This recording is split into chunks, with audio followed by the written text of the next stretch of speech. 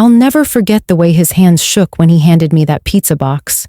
It was a Friday night. Nothing special. Just me trying to unwind after a long week. But when I opened my door and saw the delivery guy standing there, something felt wrong. His face was pale, and he kept glancing behind him like someone was watching. I figured maybe he was just having a bad night. Then I looked down at the box. There was a message scrawled in black marker across the cardboard. It said, "Don't eat this. Something's wrong. Call me in 5 minutes." I read it twice because my brain couldn't process what I was seeing. When I looked back up at him, his eyes were filled with pure fear. He leaned in slightly and whispered, "Please, just trust me." Then he turned and walked away before I could ask a single question. I stood in my doorway holding that pizza box, and my whole body went cold. I didn't know this man. I had never seen him before in my life, but something in his voice made me believe him. That night, a complete stranger saved my life, and what I discovered about the people closest to me changed everything I thought I knew about family, trust, and betrayal. Subscribe for more stories and tell me in comments, where are you watching from? My name is Talia. I'm 26 years old, and I live alone in a small one-bedroom apartment in Columbus, Ohio. It's nothing fancy, just a simple place with white walls, a secondhand couch, and a gray cat named Biscuit who follows me from room to room. I work from home as a customer service representative for an insurance company, which means most of my days are spent answering calls in my living room while Biscuit sleeps on the arm of the couch. It's a quiet life, but I've grown to appreciate it. After everything that happened with my parents, quiet feels like a gift. My mom and dad passed away 3 years ago in a car accident. A drunk driver crossed the median on the highway and hit them head on. They died together, which people always say like it's supposed to be comforting. It isn't. Losing both of them at once meant I had no time to grieve one before grieving the other. It all just hit me like a wave I couldn't outrun. After they were gone, my older brother Dominic became my only real family. He's 32, 6 years older than me, and he always played the protective big brother role even when we were kids. After the funeral, he stepped up in ways I didn't expect. He helped me sort through our parents' belongings. He called me every few days just to check in. He made sure I didn't disappear into my grief. Dominic lives about 20 minutes away in a nicer neighborhood with his wife, Renata. They've been married for 4 years. She's 34, blonde, always dressed like she's about to walk into a business meeting, even when she's just going to the grocery store. When I first met her, I thought she was elegant, polished, the kind of woman who knows exactly what she wants and how to get it. But over time, I started noticing things, small things. The way she smiled at me during family dinners, but her eyes stayed flat. The way she would compliment me and somehow make it feel like an insult. Once, I wore a new dress to Dominic's birthday party, and she said, "That's so brave of you to wear something so bold." I couldn't tell if she was being nice or mocking me. I told myself I was overthinking it. Not everyone shows warmth the same way. Dominic never seemed to notice anything strange about her. To him, Renata was perfect. She kept their house spotless, planned elaborate dinners, and always knew the right thing to say in social situations. He would look at her like she was the best thing that ever happened to him.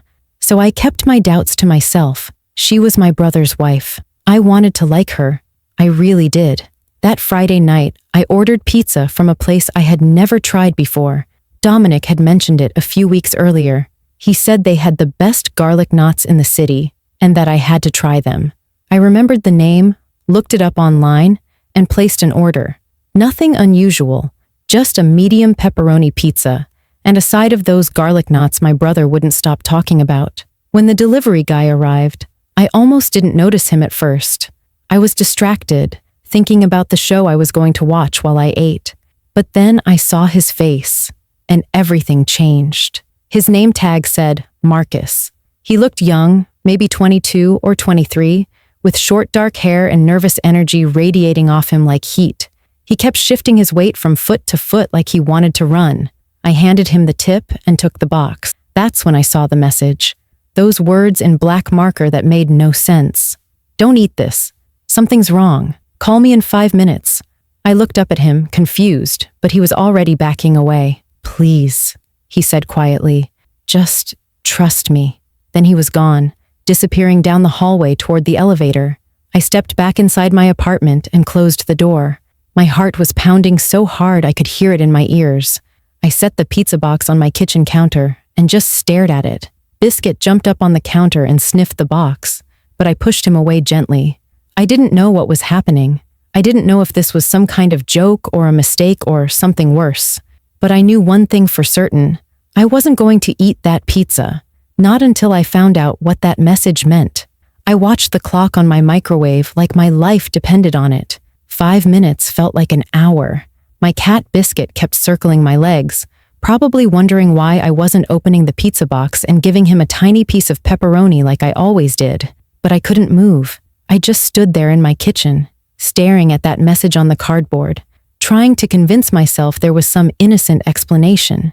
Maybe it was a prank. Maybe the delivery drivers at that restaurant had some weird inside joke, and I was just an unlucky customer who got caught in the middle of it. But then I remembered the look on Marcus's face. That wasn't the look of someone playing around. That was fear.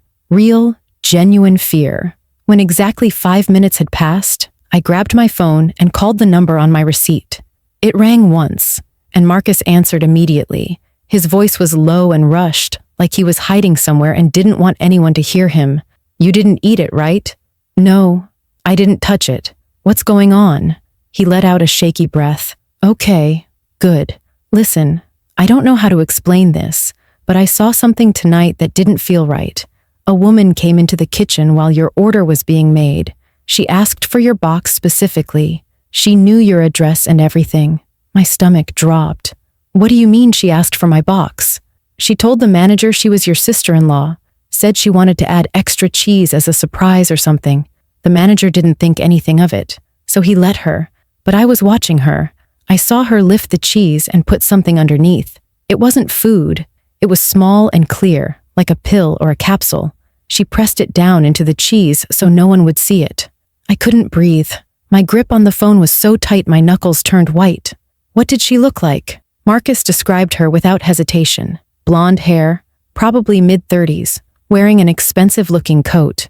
She had a sharp face and carried herself like she owned the place. Renata. He was describing Renata. I thanked him and hung up. My hands were trembling so badly I almost dropped my phone twice before I managed to set it down on the counter. This had to be a mistake. There had to be some other explanation. Maybe Renata really was trying to do something nice. Some weird surprise I didn't understand. But even as I tried to convince myself, I knew it didn't make sense. She didn't even know I was ordering pizza that night. Dominic had mentioned the restaurant weeks ago, but I had never told anyone I was actually going to try it, unless Dominic told her. My mind started racing through every interaction I'd ever had with Renata, looking for signs I might have missed. She had always been distant with me, polite, but never warm. I used to think that was just her personality. Some people aren't huggers. Some people take longer to open up. But now every cold smile and empty compliment felt different, calculated. Then a memory surfaced that made my blood run cold. About 2 months ago, I was at their house for Sunday dinner. I had gone to use the bathroom, and on my way back, I heard Renata talking on the phone in the hallway. Her voice was low, almost a whisper, and she didn't know I was nearby. I only caught a few words before she noticed me and ended the call.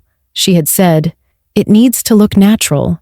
No one can suspect anything." At the time, I assumed she was planning a surprise party, or maybe working on some project for her job. She worked in marketing, and she was always talking about campaigns and strategies. I didn't think twice about it. Now, those words echoed in my head with a completely different meaning. I walked back to the pizza box slowly, like it was a bomb that might go off if I moved too fast. I grabbed a fork from the drawer and used it to carefully lift the cheese. At first, I didn't see anything, just pepperoni and sauce and melted mozzarella. But then I pushed a little deeper, near the center of the pizza, and I found it. A small, clear capsule filled with white powder. It was pressed into the cheese, hidden so well that I never would have seen it if I wasn't looking. I stared at it for a long moment, not wanting to believe what I was seeing. Someone had put something in my food. something I was supposed to swallow without ever knowing it was there. I set the fork down and stepped back from the counter. My whole body felt numb. Biscuit meowed at me, confused by my strange behavior, but I couldn't comfort him. I couldn't do anything except stand there and try to process the fact that someone, possibly my own sister-in-law, had just tried to poison me. I didn't sleep that night. I sat on my couch with every light in the apartment turned on, staring at the wall and trying to figure out what to do next. Biscuit curled up beside me, purring softly, completely unaware that my entire world had just collapsed. The pizza box was still on the counter. I couldn't bring myself to throw it away. It was evidence, proof that I wasn't losing my mind. My first instinct was to call the police. But what would I even say? My sister-in-law might have put something in my pizza. I had no concrete proof it was her. Marcus could describe the woman he saw, but he didn't know her name. He had never met her before. And even if the police believed me, what then? Renata was smart. She would deny everything. She would make me look paranoid, crazy, grieving. She would twist the story until I was the one who seemed dangerous. I thought about calling Dominic. He was my brother. He loved me. Surely he would believe me over his wife. But the more I thought about it, the less certain I became. Dominic adored Renata. He trusted her completely. If I accused her without solid evidence, I could destroy my relationship with him forever.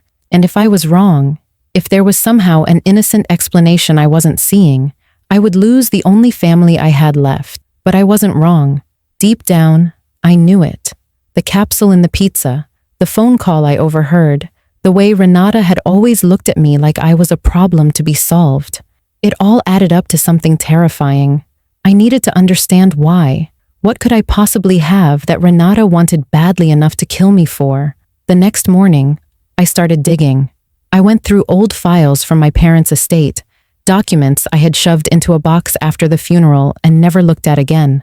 It was painful, seeing their handwriting, their signatures, all the little pieces of their lives reduced to paperwork. But I forced myself to keep going.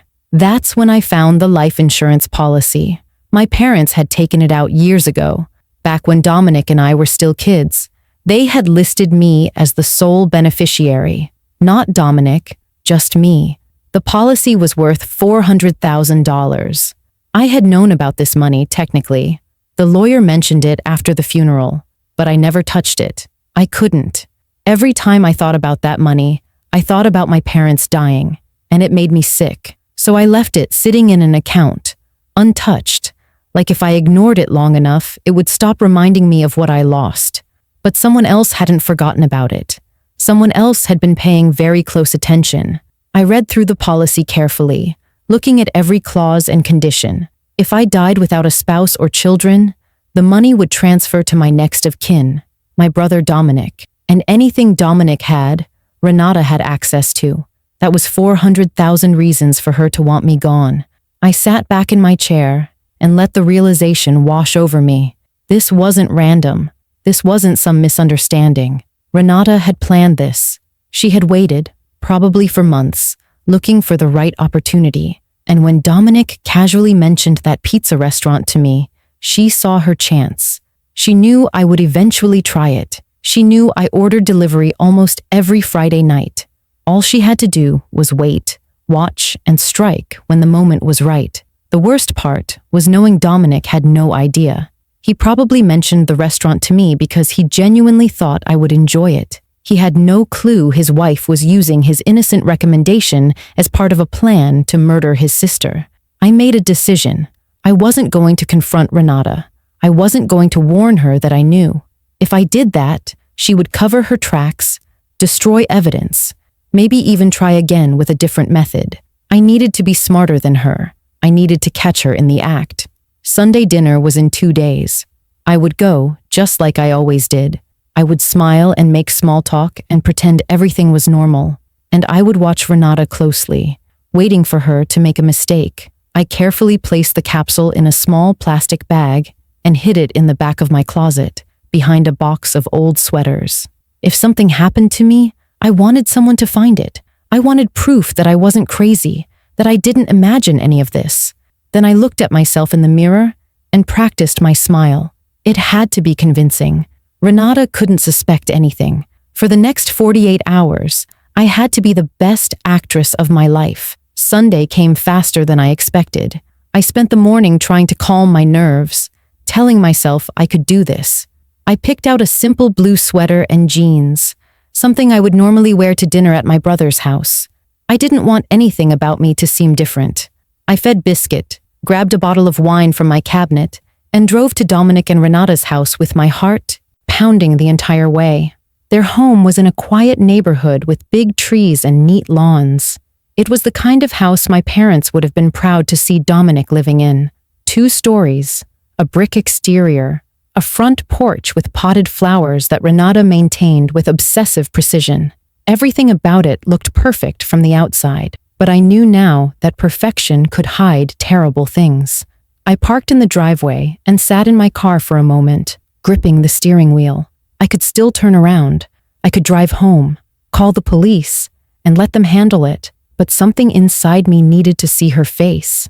I needed to know for certain that the woman I had sat across from at dozens of family dinners was really capable of trying to kill me. I walked up to the front door and rang the bell. Renata answered almost immediately, like she had been waiting by the door. She was wearing a cream-colored blouse and gray slacks, her blonde hair pulled back in a sleek ponytail. Her smile was wide and warm, but I noticed now how it never quite reached her eyes. "Talia, you made it. Come in, come in."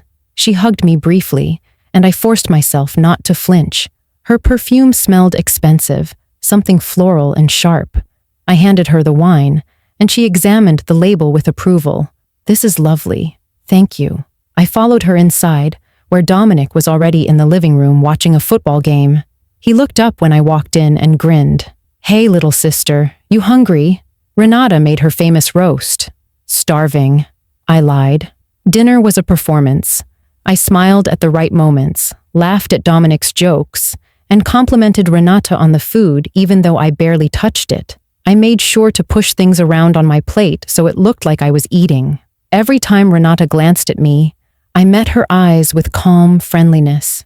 Inside, my stomach was twisted in knots, but I didn't let it show. After the main course, Renata stood up and began clearing plates. I offered to help, but she waved me off. "You're a guest. Just relax. I'll bring out dessert in a few minutes." She disappeared into the kitchen, and Dominic excused himself to use the bathroom. I was alone at the table, and I knew this might be my only chance. I stood up quietly and moved toward the kitchen, stepping carefully so my footsteps wouldn't make noise on the hardwood floor. The kitchen door was slightly open. I peered through the gap and saw Renata standing at the counter with her back to me. She was holding a small glass vial in her hand, tilting it over my water glass. A few drops of clear liquid fell into the water, disappearing instantly. My blood turned to ice. I pushed the door open and stepped inside. "What are you doing?" Renata spun around so fast, she nearly knocked the vial off the counter. For a split second, I saw panic flash across her face. Then it was gone, replaced by something cold and controlled. "Talia, I didn't hear you come in. I saw you. I saw what you just put in." "My glass." She forced a laugh, but it sounded hollow. "It's just vitamins. Liquid vitamins. I put them in everyone's drinks." "Don't lie to me. I know about the pizza. I know about the capsule you hid in my food. I saved it." The color drained from her face. She opened her mouth to say something, then closed it again. For a long moment, we just stared at each other, and I watched the mask she had worn for years finally begin to crack. "You don't understand," she said quietly. Her voice had changed. It was sharper now, stripped of all the fake warmth. "Do you have any idea how hard I've worked? How much I've sacrificed to build this life? Your brother is useless. He's kind, sure, but he has no ambition, no drive. I've been carrying this family for years. So you decided to kill me for money? That money should be ours. It should be mine. Your parents were fools for leaving it all to you. You don't even use it. You just let it sit there while I'm drowning in bills and pretending everything is fine." I heard footsteps behind me. Dominic appeared in the doorway, his face pale with confusion. "What's going on?" I heard yelling. Renata froze. I didn't take my eyes off her. "Tell him," I said. "Tell him what you just told me." But she didn't have to. Dominic had already seen enough. He looked at the vial on the counter, then at his wife, and his expression slowly crumbled as the truth sank in. "Renata," he whispered, "what have you done?" Renata didn't answer Dominic's question. She just stood there, frozen, like a cornered animal trying to decide whether to fight or run. But there was nowhere to run. Dominic had heard enough. He had seen the vial on the counter, watched the guilt spread across his wife's face, and the pieces were already clicking into place in his mind. I pulled out my phone and called 911. My voice was steady, calmer than I expected. I told them someone had tried to poison me and that I had evidence. Renata didn't try to stop me. She didn't say a word. She just sank into one of the kitchen chairs and stared at the floor like her whole world had collapsed, which I suppose it had. The police arrived within 15 minutes. I showed them the capsule I had saved from the pizza, still sealed in its plastic bag. I told them about Marcus, the delivery driver who had risked his job to warn me. I explained what I had witnessed in the kitchen, and Dominic confirmed it. He stood in the corner of the living room, looking like a man who had just woken up from a long nightmare. Renata was arrested that night. She didn't resist. She didn't cry or beg or try to explain herself. She just held out her wrists and let them put the handcuffs on, her face completely blank. I watched them lead her out the front door, and I felt nothing. No satisfaction, no relief, just a strange emptiness that settled over me like fog. The toxicology report came back 2 weeks later. The capsule contained a concentrated dose of a substance that would have caused organ failure within hours of ingestion. If I had eaten that pizza, I would have gone to sleep that night and never woken up. The liquid she put in my water at dinner was the same thing. She had planned to finish what she started. Marcus agreed to testify about what he witnessed at the restaurant. I met him in person a few days after the arrest, at a coffee shop near my apartment. He looked different than he had that night, less nervous, more relaxed. I thanked him for what he did, and he just shrugged like it was nothing. I couldn't just let it happen. Something felt wrong, so I did something about it. I told him that most people would have looked the other way. He shook his head. "Then most people are wrong." We stayed in touch after that. He quit his job at the pizza place and enrolled in nursing school. He wanted to help people, he said. That night had changed something in him too. It reminded him that small actions could save lives, and he didn't want to waste that lesson. Dominic struggled for a long time. He blamed himself for not seeing who Renata really was. He kept apologizing to me, over and over, like he could somehow fix what happened through repetition. I told him it wasn't his fault. Renata had fooled everyone. She had built her entire life around appearing perfect, and nobody sees through a mask that convincing. We're closer now than we were before. Tragedy has a way of stripping away the small stuff and leaving only what matters. Dominic calls me almost every day. We have dinner together on Sundays, just the two of us, at my apartment or his. Sometimes we talk about our parents. Sometimes we just sit in comfortable silence. Either way, it feels like family again. I never touched the insurance money. After everything that happened, I couldn't stand the thought of keeping it. I donated the full amount to a domestic violence shelter in Columbus. I wanted something good to come from all that pain. I wanted to turn poison into medicine. It took me a long time to feel safe again. For months, I couldn't eat anything I hadn't prepared myself. I checked my locks 3 times before bed. I flinched at unexpected sounds. But slowly, with therapy and time and the support of people who cared about me, the fear began to fade. It never disappeared completely. I don't think it ever will. But I learned to live with it. I learned other things too. I learned that trust is something you give carefully, not freely. I learned that the people who hurt you most are often the ones you never suspected. And I learned that sometimes salvation comes from the most unexpected places, like a nervous delivery driver with shaking hands and enough courage to write a warning on a pizza box. If you want more stories, subscribe and tell me where you're watching from.